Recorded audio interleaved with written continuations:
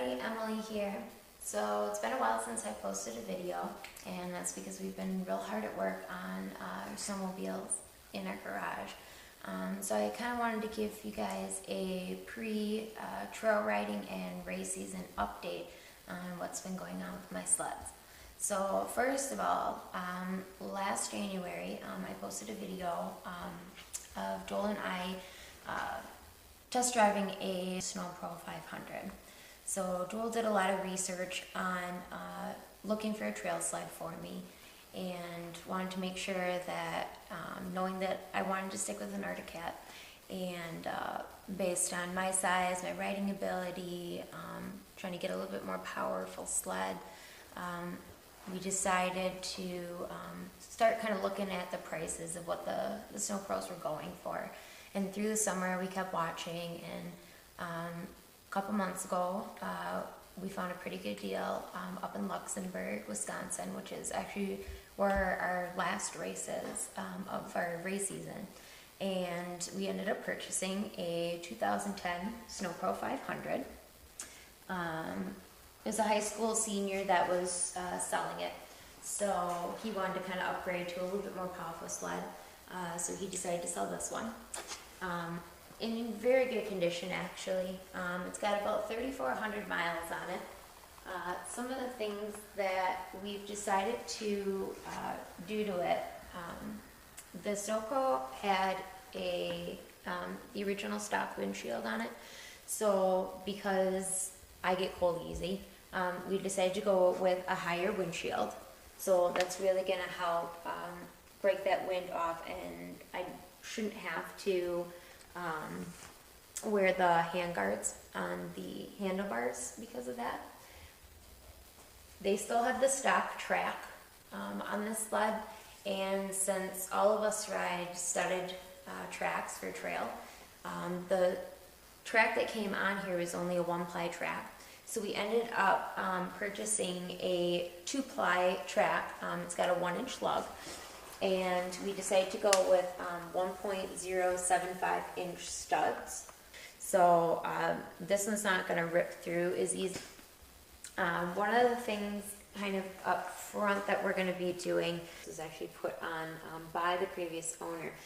But when you try to grab the front of the sled, I can't even get my hands in here. My fingers can't even grip. And sometimes when you need to move your sled, you need to be able to get your fingers underneath there.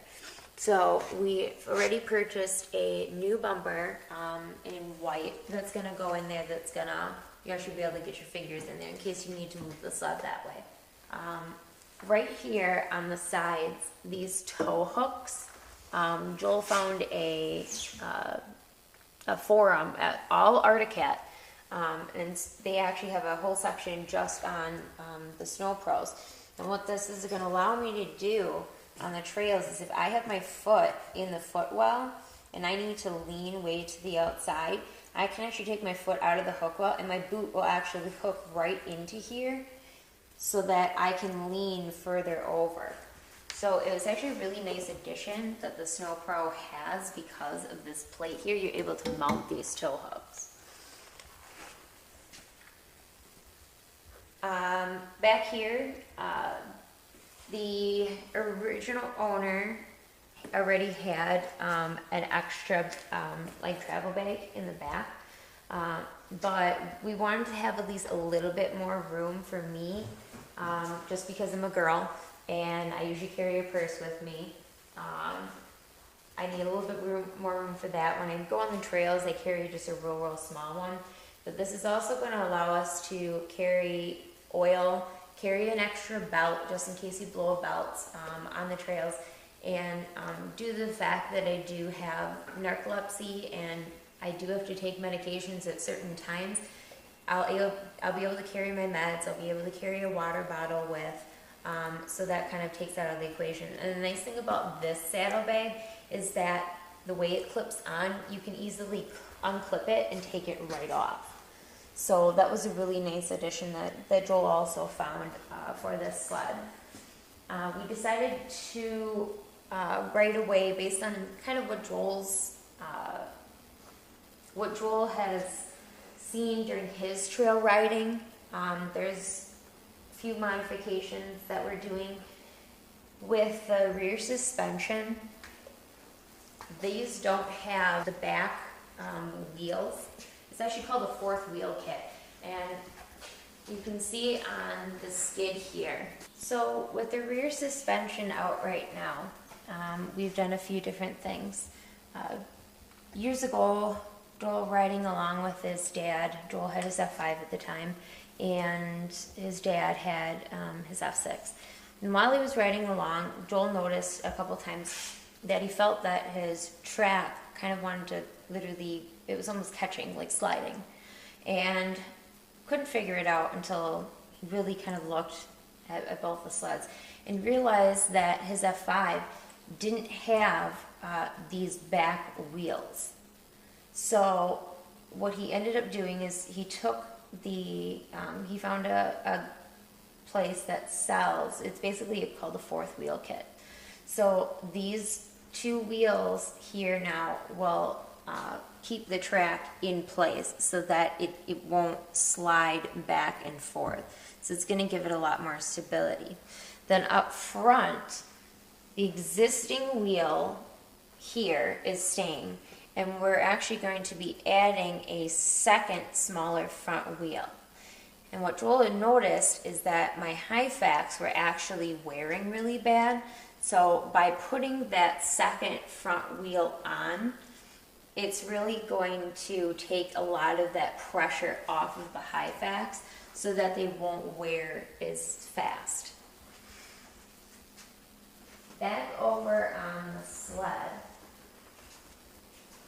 we did put on a new brake lever. This one actually is a lot better. It's longer, it follows the contours of the handlebar, and it has this hook on the end. I run the same type of hook on my race sled, and it's really nice because if I'm leaning and my hand is way over on the edge of the handlebar, this hook allows me to grab the bar a lot easier and pull it in, depending on how much I need to brake. One of the last things is that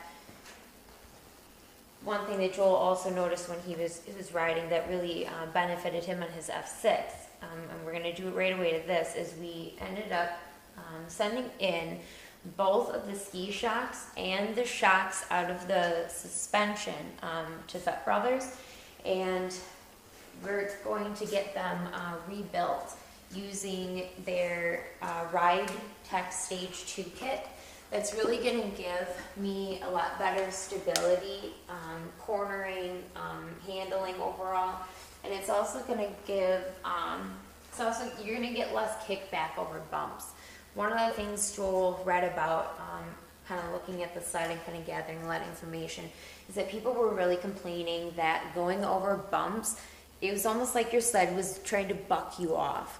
So by getting this shock package done, it's really going to smooth out on the bumps, but it's still going to give you the stability that you need in the corners. And moving over to my race sled here, everybody knows her as Sophie. Not too much change, but a lot at the same time. So the number one thing that's going to be changing is my seat.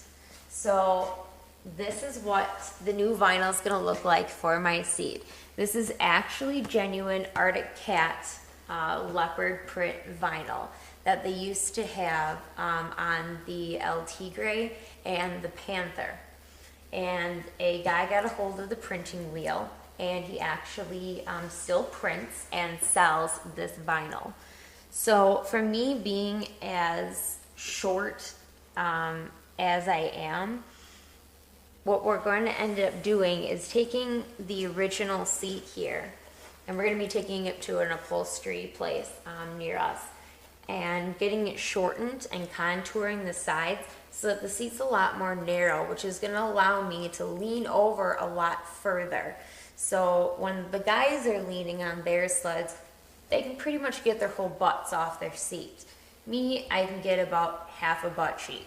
So by contouring the seat, I can allow my weight to shift even further over to the side to get my weight to my inside ski. So when I am cornering, I can keep that inside ski down and more stable. The second thing along with this seat is we took the original gas tank, which was a 7-gallon, and we're going all the way down to a 2.5. So with the couple practice laps I do, a heat race, and then a final, a 2.5 gallon is actually a good amount of fuel. I'll still have to monitor it during the race, but I shouldn't ever run out of fuel. We're still going to have to devise a sump into the front to make sure that if I'm going from side to side and the fuel is sloshing, I'm never going to get a point where there's no fuel in the lines.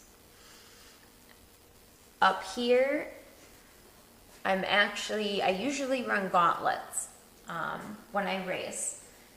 And instead of running gauntlets this year, I'm actually going to run hand guards. Now, the Sno Pro, when we bought it, the kid had hand guards on that sled.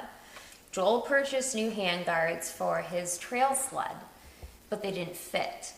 So we took those, which are much bigger, and we were going to put them on my sled, and then the original ones that came with my new trail sled are going to go on Joel's trail sled. So kind of a win-win situation for everybody. The last couple of things that we're going to do to her is with clutching. Now, me being very new last year, we weren't going to mess with too much on the sled because I had to learn how to race in the first place. And then in the chain case, we're going with taller gears, about 7 miles per hour. And it's going to use the exact same chain that I already have, so I don't have to purchase a separate chain. And it'll help the sled pull more and compensate for just how light I am while I'm driving.